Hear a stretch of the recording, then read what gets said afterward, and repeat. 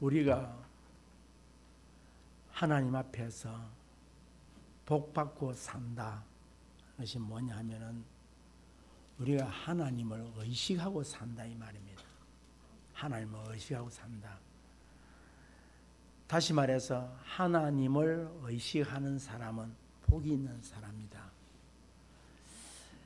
사람들은 사람을 의식하며 살아갈 수밖에 없습니다. 오늘 이 설교는 지난 주간에 새벽기도 때 들었던 설교입니다. 그래서 그 설교를 보완해서 제가 설교를 합니다. 우리가 살아가면서 아내는 남편의 눈치를 봅니다.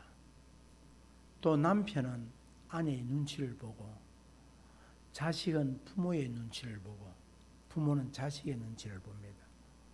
그리고 이웃의 눈치도 보고 살고, 또 친구의 눈치도 보고 살고, 친척의 눈치도 보고 삽니다. 또 목회자는 성도의 눈치를 보고, 성도는 목회자의 눈치를 보고, 또 성도는 성도 간에도 서로가 눈치를 보며 살아갑니다. 그런데 문제는 사람의 눈치만 보는 것이 문제입니다. 사람만 의식하는 것이 문제입니다. 사람만 의식하면 어떤 일이 일어나냐 하면은 그 사람이 있을 때만 제대로 하고 그 사람이 없을 때는 다르다는 겁니다. 하나님을 우리가 의식하며 살 때에 내 삶의 자리는 언제나 복된 자리가 되는 것입니다. 하나님은 언제나 우리를 바라보고 계십니다.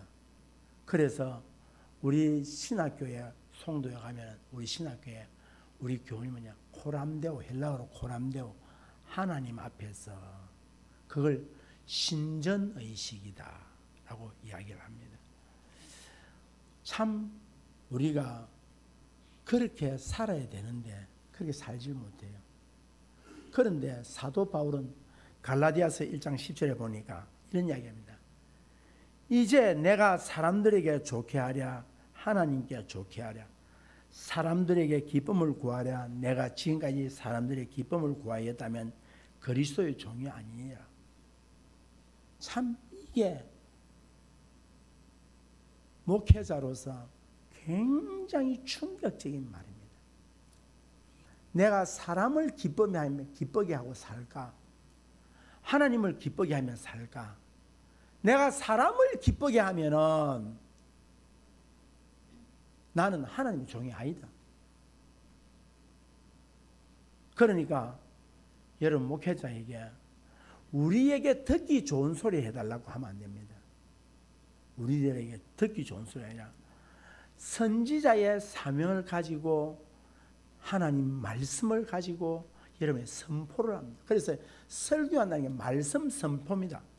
선포는 일방적으로 듣는 것입니다. 베드로와 요한이 성령이 충만해서 성전으로 올라가다가 성전 미문에 앉아있는 안전뱅이를 봅니다. 그 안전뱅이를 보면서 지금까지도 그 사람이 나이가 40 정도 됐는데 그 평생을 성전 미문에 앉아있는 것을 베드로와 요한도 봤어요. 그러나 그날은 지나가다가 내게 돈 한 푼 달라고 구걸하고 있을 때에 그때에 베드로와 요한이 뭐라고 하냐? 내게는 은과 금은 없지만 내게 있는 것으로 네게 주노니 나사렛 예수 그리스도의 이름으로 일어나 걸으라 하면서 손을 잡고 당겨버립니다. 그러니까 이 안전뱅이가 벌떡 일어나면서 걷기도 하고 뛰기도 하고 성전으로 들어갑니다. 이것을 본 바리새인과 제사장들이 서기관들이 이 베드로와 요한을 잡아다가 옥에도 가두고 공에다 세워놓고 네가 무슨 능력으로 이 일을 행했느냐라고 질문합니다. 그럴 때에 나의 능력이 아니라 너희들이 십자가에 못 박아 죽여버렸던 그 예수, 3일 만에 부활하셨던 그 예수, 그 예수가 내 안에서 역사하셔서 오늘 이 환자를 일으키게, 안전병을 일으키게 되었다라고 얘기해요. 그러니까 너희들이 십자가에 못 박은 예수라고 할 때에 그들에게는 엄청난 가슴에 못을 가지고 찌르는 거예요. 그래서 이들이 뭐라고 말하느냐? 다시는 예수 이름을 말하지 말라. 예수 이름을 말할 때는 너희들이 생명이 온전치 못할 것이라. 그랬더니 뭐라고 말하느냐? 우리가 하나님 앞에서 너희 말을 듣는 것이 옳겠느냐 아니면 하나님 말씀 듣는 것이 옳겠느냐 판단하라. 여러분 얼마나 기가 막힙니까?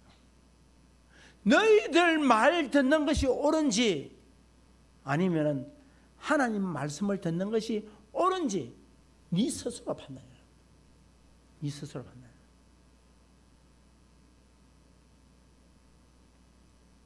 사무엘상 15장에 가면은 하나님께서 사울을 왕으로 세웁니다. 왕으로 세워놓고 하나님께서 말하냐? 사무엘아, 너 사울 왕에게 가서 이렇게 말해라. 내 백성들이 애굽에서 나올 때에 그 나오는 길에 가로막고 서서 그렇게 방해했던 이 아말렉을 전멸해버리라. 하나님이 하나님 백성들을 애굽에서 이끌어낼 때에 이 아말렉 족속들이 얼마나 이 길을 못 지나간다, 돌아가라, 우리 길 못 열어준다. 아니다, 우리 아무 짓 안 하고 그냥 갈 테니까 길을 열어달라. 못 간다, 못 열어준다. 그래서 길을 가로막고 길을 둘러가게 만들었어요. 그래서 하나님이 그걸 두고 보고 계시다가 드디어 하나님이 복수를 하세요. 사울아, 네가 가서 저 아말렉 족속을 쓸어버리되 어떻게? 모든 남녀, 어린아이까지 그리고 우양에 이르기까지 생명을 하나도 살려두지 말고 다 죽여버리라.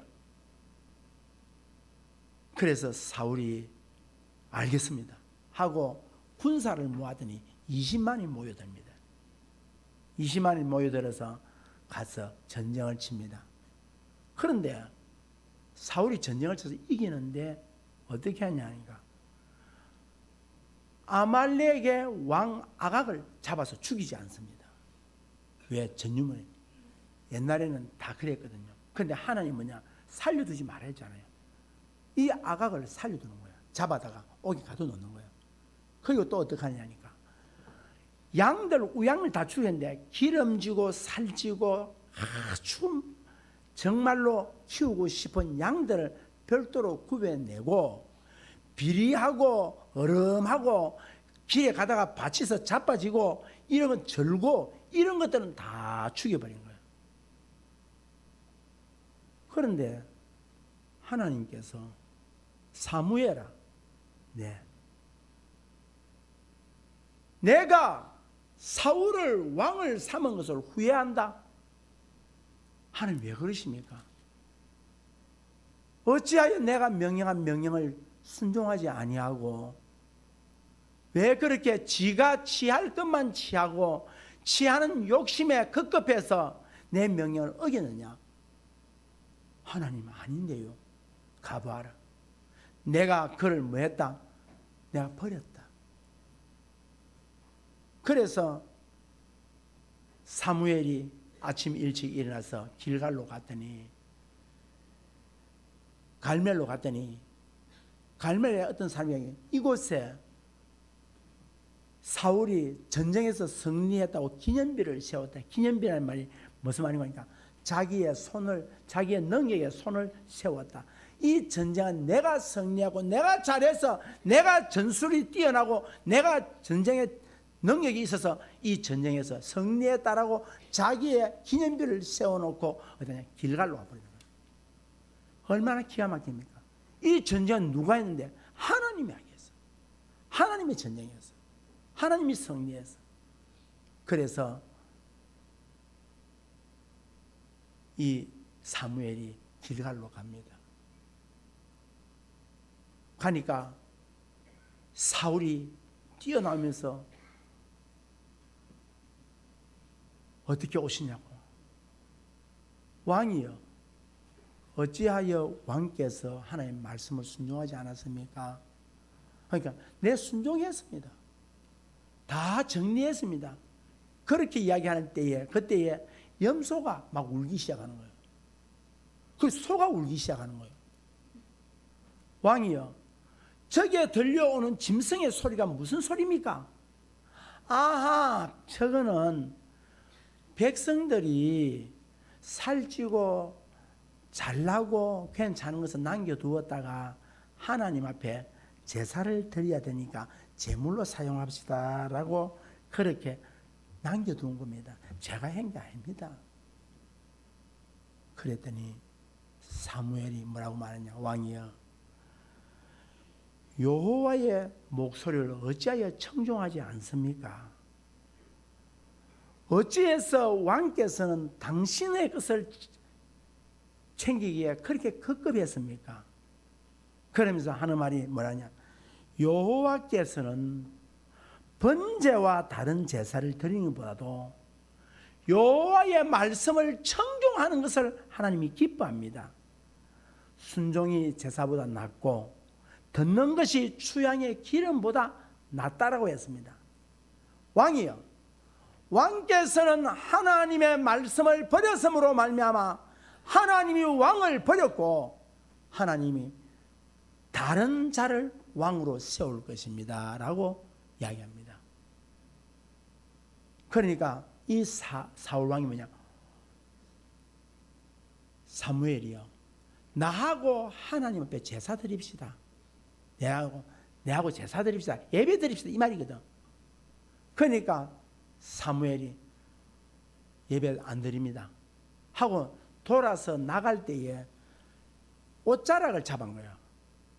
옷자락을 사울 왕이 옷자락을 잡았고 사무엘은 뒤로 돌아서 나가는데 돌아서 나가는 사무엘을 잡으려고 이 사울 왕이 옷자락을 잡았는데 옷이 다다닥 찢어버린 거예요. 그러니까 뭐라 말했냐. 사무엘이 사울에게 왕이여, 오늘 이 옷자락을 떼어줬던 것처럼 당신에게서 이 나라를 떼어서 다른 사람에게 줄 것입니다. 그래 이야기를 하니까 뭐라고 말하느냐. 사무엘이요, 그러면 좋습니다. 하나님이 그래 하셨다면 내 장로들과 내 백성들 앞에서는 하나님이 나를 버렸다고 하지 마세요. 사람들 앞에서는, 내 병사들 앞에서, 그리고 이 백성들 앞에서는 하나님이 버렸든 안 버렸든 그건 차지하고, 내 백성들 앞에서는 하나님이 나를 버렸다고 말하지 말아주세요.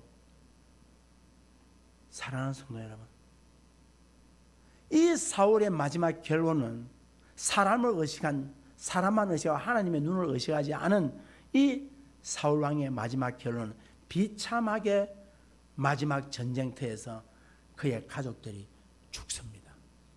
하나님 용서하지 않습니다. 사랑하는 성도 여러분, 오늘 저는 여러분에게 말씀드립니다. 오늘 우리는 두 길이 있습니다. 하나는 사람을 의식한 자들이 가는 그 길을 따라갈 것인지, 아니면은 하나님의 눈을 의식하며 따라갈 것인지, 그것을 여러분에게 오늘 결정하라고 말씀을 드리고 싶습니다. 오늘 본문을 보니까 하나님을 의식하지 아니한 헤롯 왕과 하나님을 의식한 세례 요한이라는 두 인물을 여러분에게 말씀을 드리려고 합니다. 헤롯 대왕 시대입니다. 헤롯 대왕은 누구냐니까 예수님이 태어났을 때에 예수님을 핍박했던, 어린아이를 다 죽여버렸던 그 헤롯 대왕이 아니고, 그 헤롯 대왕 아래에 여러 아들이 있지만 그 아들 중에서 괜찮다고 싶은 아들에게 자기가 이 이스라엘 땅을 분봉 나누어서 치리하도록 왕으로 임명을 해줍니다.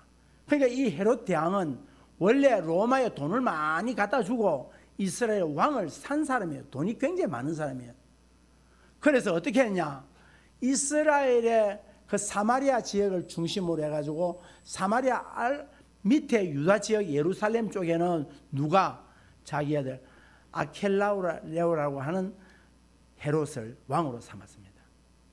그 다음 사마리아 북쪽 지방 갈릴리 지방은 누구냐? 안티파스라고 하는 아들을 세웠습니다. 그리고 갈릴리 동쪽 지방에는 빌립이라고 하는 아들을 세워서 통치를 하게 합니다. 그런데 북쪽 지방을 다스리고 있던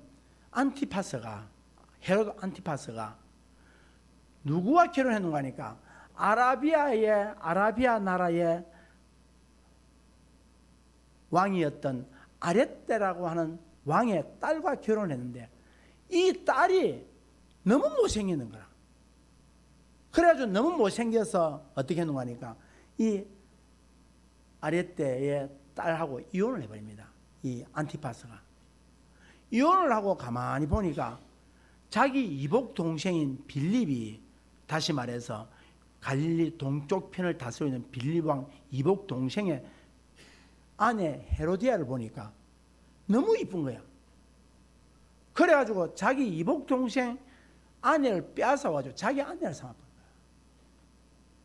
그런데 그 이야기를 어느 누구도 잘못되었다라고 하는 사람이 한 사람도 없는 거예요.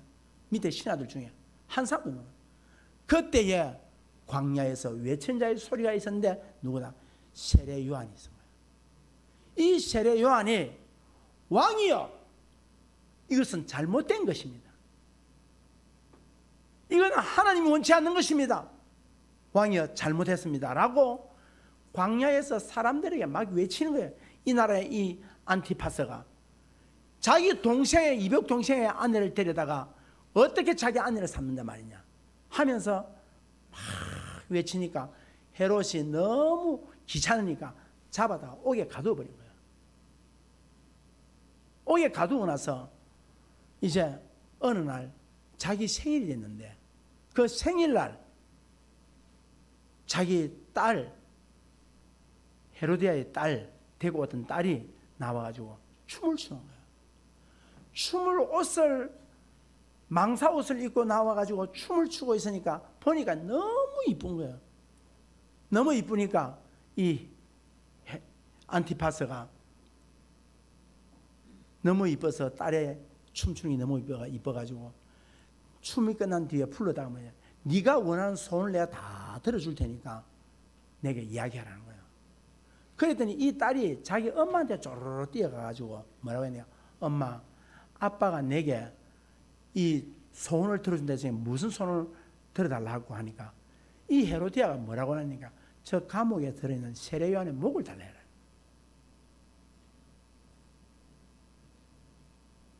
그래서 안티파스에게 와서 아빠, 저 감옥에 있는 세례 요한의 목을 달라는 거예요.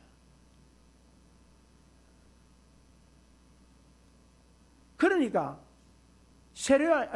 이 안티파스가 하늘이 무너진 거예요. 왜?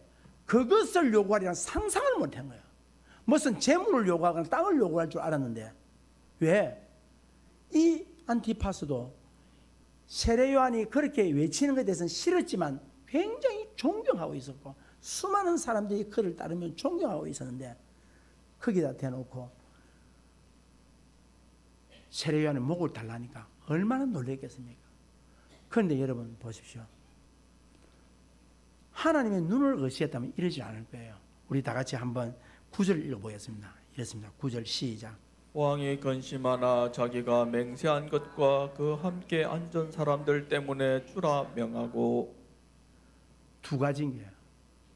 근심했다는 거예요. 왜? 두려운 거예요. 하나님이 두려운 거예요. 그런데 왜 세례 요한의 목을 베느냐? 이유는 첫째, 자기의 자존심 때문에. 둘째는 뭐 때문에? 그 주위에 앉아 있는 사람들 때문에 세례 요한의 목을 베게 됐다는 거예요. 사랑하는 성도 여러분, 믿는 성도는 살아가는 삶의 현장이 사람 때문에가 아니라 하나님 때문에 그러하셔야 합니다. 하나님 때문에. 오늘 이 하나님 앞에 이 안티파스, 헤롯 안티파스가 얼마나 큰 범죄를 저질렀습니까? 하나님의 사람.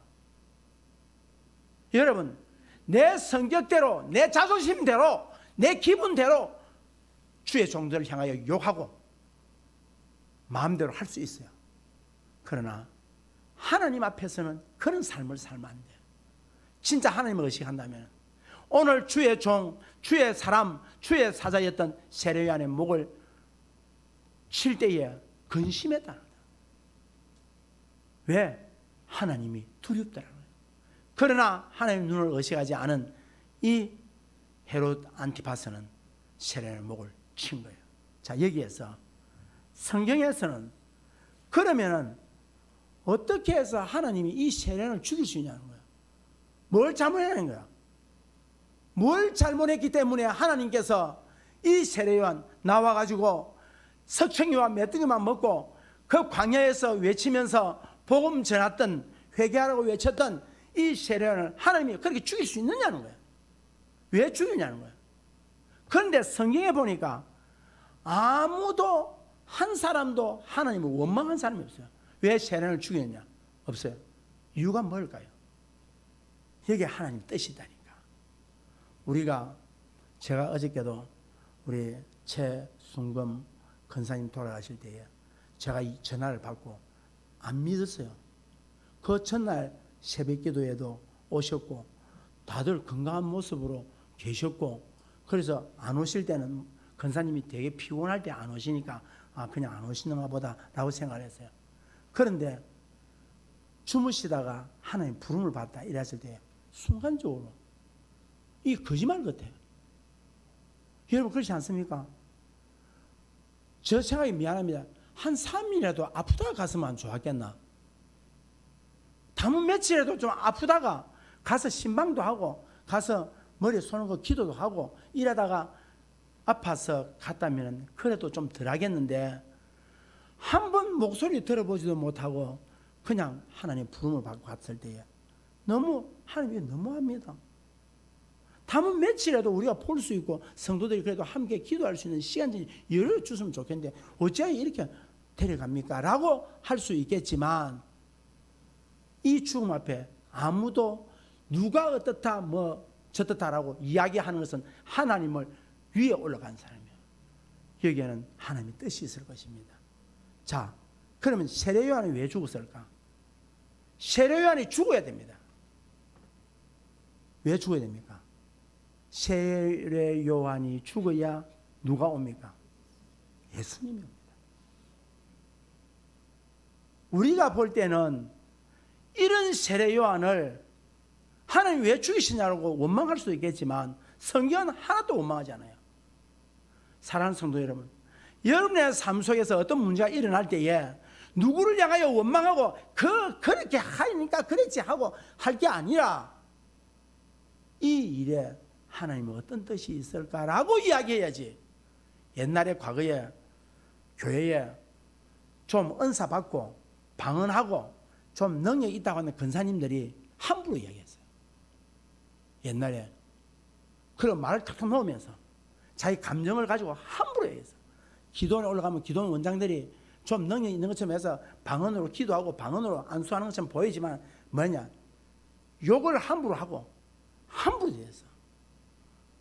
여러분 오늘날 기도원이 존재합니까? 기도원이 사라지고 있습니다. 왜 그럴까요? 이유가 있습니다. 저는 이유이다 봅니다. 시대가 달라서 아닙니다. 그만큼 하나님을 이용한 장사꾼들이 많이 있었다는 거예요. 자, 그럼 한 가지 더 넘어가 봅시다. 스데반, 초대 교회의 예루살렘의 7 집사 중에 한 사람이었던 능력이 많은 사도 바울의 서성이었던 아말렉 문화에서 교육을 받았던 이 스데반, 그가 더 살았으면 얼마나 큰 일을 했겠습니까? 그런데 이 스데반이 돌에 맞아서 순교를 당합니다. 왜 스데반이 죽어야 합니까?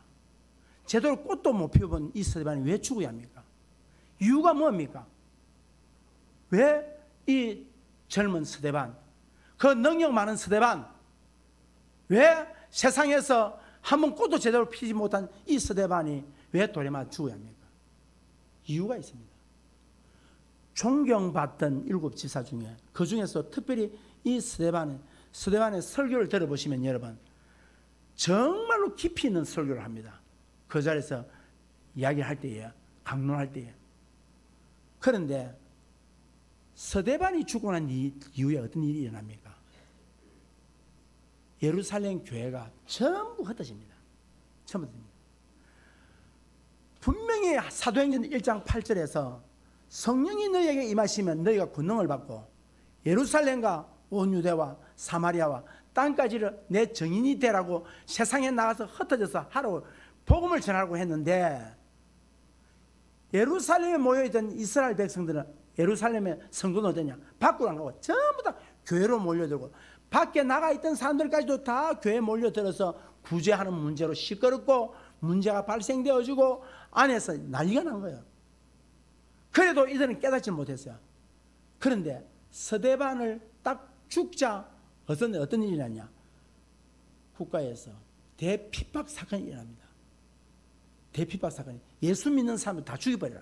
그러니까 이들이 어떠냐? 구금해 오니까 특히 바울 같은 사람은 예수 믿는 사람들 잡아다가 영장 가지고, 체포영장 가지고 와가지고 잡아다가 오게 가두니까 예루살렘에 있던 사도들 뺀 나머지 성도들이 다 디아포라스라고 해서 흩어져 버린다. 흩어지면서 가는 곳곳마다 복음을 전하더라. 가는 곳곳마다 복음을 전하고 그곳에서 교회를 세우더라. 하나님 뭐다? 스데반을 하나님께 순교자로 삼으면서 우리는 스데반을 왜 죽입니까? 하고 하나님께 원망할 수 있지만 그 죽음을 통하여서 뭐 했더라? 하나님은 온 땅에 복음을 전하고 그 스데반을 죽음으로 말미암아서 위대한 복음의 전도자였던 사도 바울이 탄생하기 시작합니다. 사랑하는 성도 여러분, 여러분의 삶의 현장에 위기와 아픔과 고통이 올 수 있습니다. 그리고 다른 사람의 고통과 아픔 가운데 있을 때에 그걸 가지고 함부로 내 입으로 이야기해서는 안 된다 이 말입니다. 그 가정에 그 일이 일어날 때는 그 가정에 하나님의 뜻이 있고 그 개인에게 일어날 때는 개인에게 뜻이 있기 때문에 비록 실패하고 부족하다 할지라도 그 사람을 향하여서 우리는 뭐만 된다? 기도하자 이 말이에요. 기도하자 말이에요. 세례요한, 위대한 세례요한이 왜 죽어야 합니까? 우리 따진다면 하나님은 할 말이 있다는 거예요. 왜 위대한 스데반이 죽어야 합니까? 라고 했을 때 그게 하나님의 뜻이 있다는 거예요. 오늘 여러분 가운데에 또 교회에, 가정에 때로는 위기가 있고 때로는 환난이 있고 때로는 고난이 있습니다.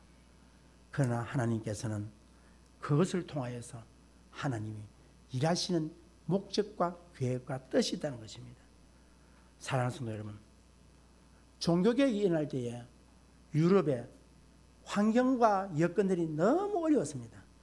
너무 어려워서 어디 한 군데 편안한 데가 없었어요. 그런데 그때에 살기 좋은 도시가 하나 있었어요. 그 도시가 뭐냐? 스위스 제네바였습니다. 그 스위스 제네바는 누가 있었느냐? 한 사람 때문에 그 도시가 평안이 있었다는 거예요. 그 사람이 누구냐? 바로 존 칼빈이었어요. 칼빈. 그는 뭐다? 코람데오라고 하는, 다시 말해서 하나님 앞에서 부끄러움이 없는 삶을 살자라고 하는 삶의 지표를 가지고 항상 하나님 앞에서 오늘 우리 찬양대도 하나님 앞에서 찬양하고 예배드리는 우리 모두도 하나님 앞에서 예배드리고 내 삶의 현장 앞에서 살아가는 삶의 현장이 뭐냐? 하나님 앞에서 살아가는 삶이 되어야 돼. 그랬을 때 어떠냐? 여러분의 삶의 현장이 살기 좋은 환경이 될 것입니다. 왜냐? 하나님 앞에서 서 있는 우리를 하나님이 보호하시고 지키신다 이 말입니다.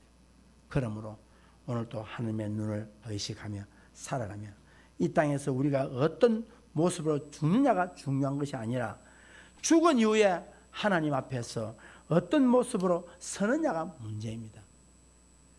뭘 했느냐가 문제 아니라 내가 하나님 앞에 섰을 때 어떤 모습으로 서느냐, 내 인생의 삶이 하나님의 눈을 의식하고 살았는지 아니면 하나님의 눈을 의식하고 살았는지 우리는 이 시간에 우리 자신을 돌아보고 오늘 이 시간부터 다시 한번 하나님의 눈을 의식한다면 우리는 세상에 나아가서 죽어가는 영혼들을 향한 뜨거운 마음들이 우리 안에서 피어나게 될 것입니다. 주의 마음을 가지고 주의 심장을 가진 여러분 되기를 주의 이름으로 축복합니다. 살아계신 하나님 감사합니다. 우리가 살아가는 이 땅의 삶에 있어서 우리에게 선택을 하게 할 때가 많습니다. 사람이 기뻐하고 좋아하는 일을 선택할 것인지 아니면 하나님이 기뻐하시고 좋아하시는 것을 선택할 것인지 우리에게 요구할 때가 있습니다. 우리는 나의 유익을 쫓아서 사람의 눈치를 볼 때가 많이 있었습니다. 왜냐? 하나님의 눈에 보이지 않는다라고 하는 그것 때문입니다. 주님, 우리 하나님은 살아계십니다. 우리 하나님은 계시지 않는 곳이 없습니다. 그러기에 내가 살아가는 삶의 현장에 하나님께서 함께 하시고 보고 계십니다. 그러기에 이번 한 주간도 아니 오늘 하루만이라도 우리 주님의 눈을 의식하며 고람되오의 정신으로 살게 하시고 오늘 하나님 앞에서 부끄러움 없는 삶을 살아가는 우리 되게 하여 주셔서 오늘 우리를 통하여서 세상에 믿지 않은 많은 사람들이 하나님을 영광 돌리는 큰 일들의 역사가 우리 열린교회를 통하여 나타나게 하여 주시옵소서.